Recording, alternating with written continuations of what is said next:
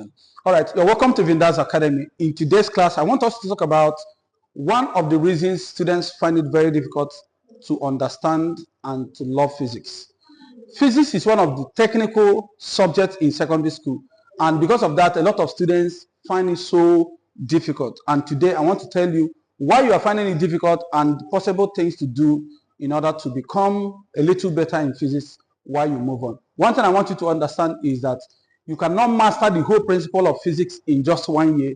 It's a process, 1 year, 2 years, 3 years, or even 10 years before you become a kind of very confident in physics and start asking some of their questions. However, if you're preparing for JAMB, there are some of the tips I'm going to be giving you in this video that can enable you to equip you while you write your exam. If you're ready, let's get started.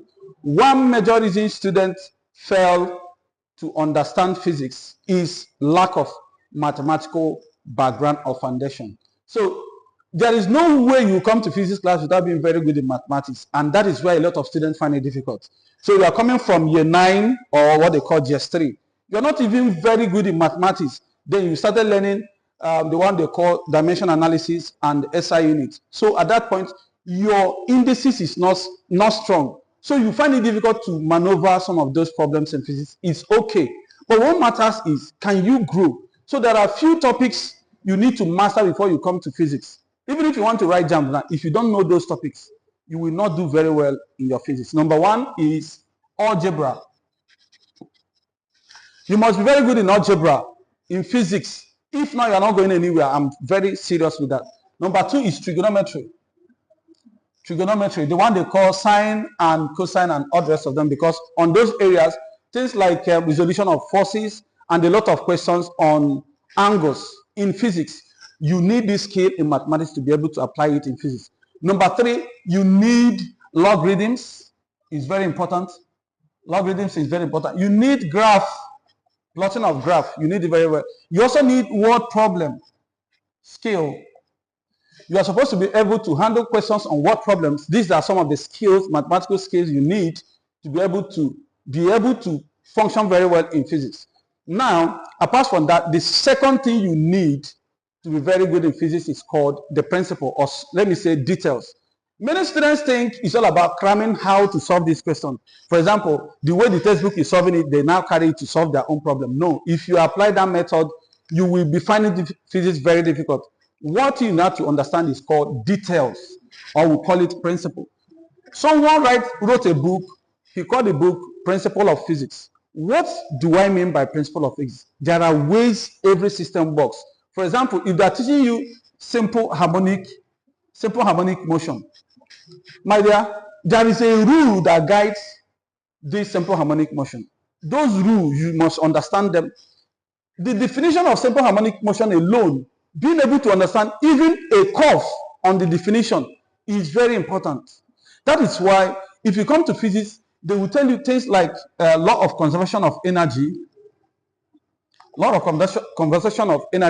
Ohm's law, Hooke's law. These laws are very important. If you do not understand the meaning of these laws, you can never solve questions on those Hooke's laws, Ohm's laws, simple harmonic motion, law of conservation of energy. You can never solve them and understand them, because once the question is twisted, you get lost because you do not truly understand the rule guiding them. That is the principle. The third one is problem solving practice.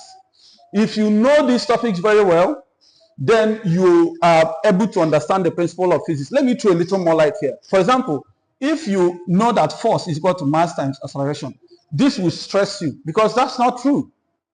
The question is not F equal to ma. What truly says that is FR. There is a video I did, Why You Fail Physics. That place, I told you why you should be applying these laws, or even the one they call V is equal to IR. This is not really the way they are. If you follow them this way, you'll be failing a lot of that. This thing is VT, total voltage. Why this one is the resultant force. There are ideas and principles or secrets that befit these topics. Number three, which I wanted to talk about, is called problem solving skills or practice. My dear, you need to be practicing every day. You can't say you want to do physics, today you solve one simple question, the next day you leave it and go to the next. No, if you are doing that, you will struggle, physics will stress you.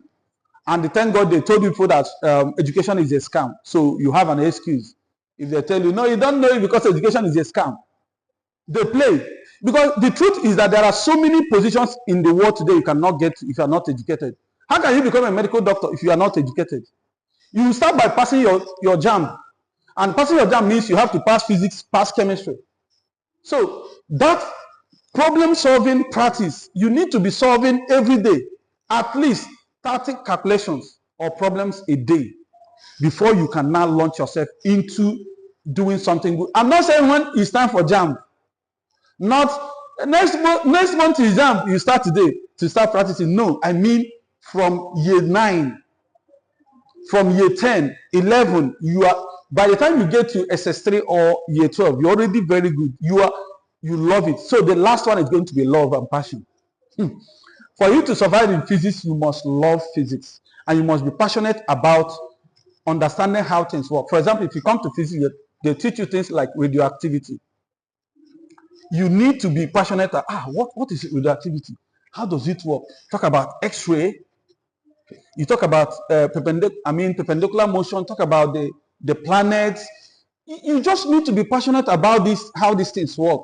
If you can put all these things in practice and solve at least 30 problems a day, if you do it for 3 months, you will see yourself breathing with confidence in solving. I wish you good luck in your forthcoming exam. Have a special time.